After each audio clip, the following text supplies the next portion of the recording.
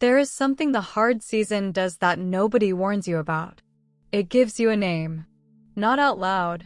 Not in one moment you can point to. It just happens slowly over time, the way a stone gets worn smooth by water. The hard season keeps moving over you, and eventually you start answering to what it calls you. Survivor. Broken. The one who almost did not make it. The one whose dreams did not work out the way they were supposed to. The one who missed something somewhere along the way. And here is the problem. You carry those names into the new season. You do not even realize you are doing it. You look up one day and the circumstances have changed, but you are still moving through the world like someone the hard season described. Still bracing for the next thing. Still half expecting the ground to shift beneath you. Still not quite sure you are allowed to be the person standing in this new place. I want to talk about names today. Not the ones the hard season gave you. The one God has been speaking over you the whole time. God spoke through Isaiah and said, "You will be called by a new name, which the Lord's mouth will name." Isaiah chapter 62 verse 2. A new name. Not a name you chose. Not a name you earned by surviving long enough or working hard enough. A name the Lord's own mouth speaks over you. And right behind it in verse 3, you will also be a crown of beauty in the Lord's hand, and a royal diadem in your God's hand. A crown of beauty. In His hand. Not discarded. Not set aside. Held. Treasured. Displayed. That is what God calls you. Not what the hard season called you. Not what you have been calling yourself in the quiet moments when nobody else can hear. What He calls you. But here is where it gets personal.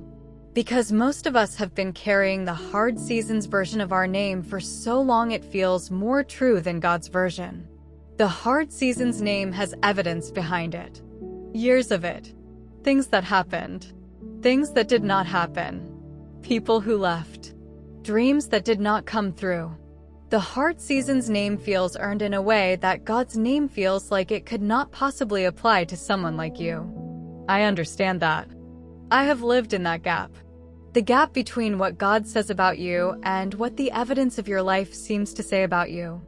And I can tell you from the inside of that gap that the evidence is not the whole story. The evidence is just what you can see. God is working with things you cannot see yet. Paul wrote it to the church at Ephesus, and it has never stopped being true. For we are His workmanship, created in Christ Jesus for good works, which God prepared before that we would walk in them. Ephesians chapter 2 verse 10. His workmanship. Not a mistake. Not an accident. Not someone who wandered into the wrong life and is trying to find their way back to something that was never really meant for them. Workmanship. Made by Him. On purpose.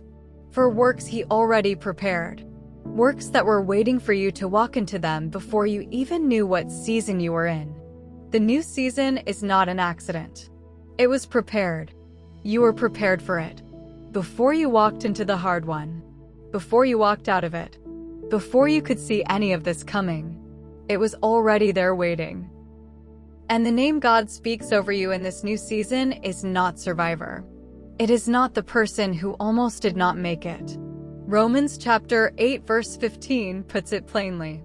You didn't receive the spirit of bondage again to fear, but you received the spirit of adoption, by whom we cry, Abba, Father. Abba. That is not a formal word. That is not a word you use when you are keeping your distance. That is the word a child uses for their father when they are close enough to reach for them. It is intimate. It is belonging. It is the name of someone who is not on the outside of the family hoping to be let in, but someone who is already inside, already held, already known. You are not the person the hard season described. You are the one who cries Abba. You are the one He adopted. You are the one He prepared works for before you were ready to walk in them. That is who you are in this new season.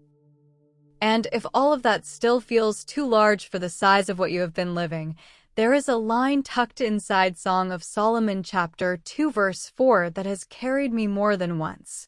He brought me to the banquet hall. His banner over me is love. His banner over me is love. In ancient times, a banner was carried into battle to show whose army you belonged to, whose protection you were under, whose name covered you. And the banner God carries over your life is not judgment, not disappointment, not a record of everything the hard season said about you. Love. That is the banner. That is the name. That is what covers you as you walk into this new season. So here is what I want you to do today. I want you to think about the name the hard season gave you, the one you have been answering to without realizing it. And then I want you to set it down, not because it did not feel true, but because it was never the truest thing about you. The truest thing about you is what God says. A new name from His own mouth, a crown of beauty in His hand, His workmanship, His adopted child, His beloved with His banner of love over your head. That is who you are in the new season, not who you were in the last one. What name has the hard season been calling you that you are ready to set down? Drop it in the comments. Type alive and tell us what you are leaving behind as you walk into what God has prepared for you. And stay until the very end of this video. We left something there for you. Screenshot it. Write it down. Keep it close for the days when the old name tries to come back.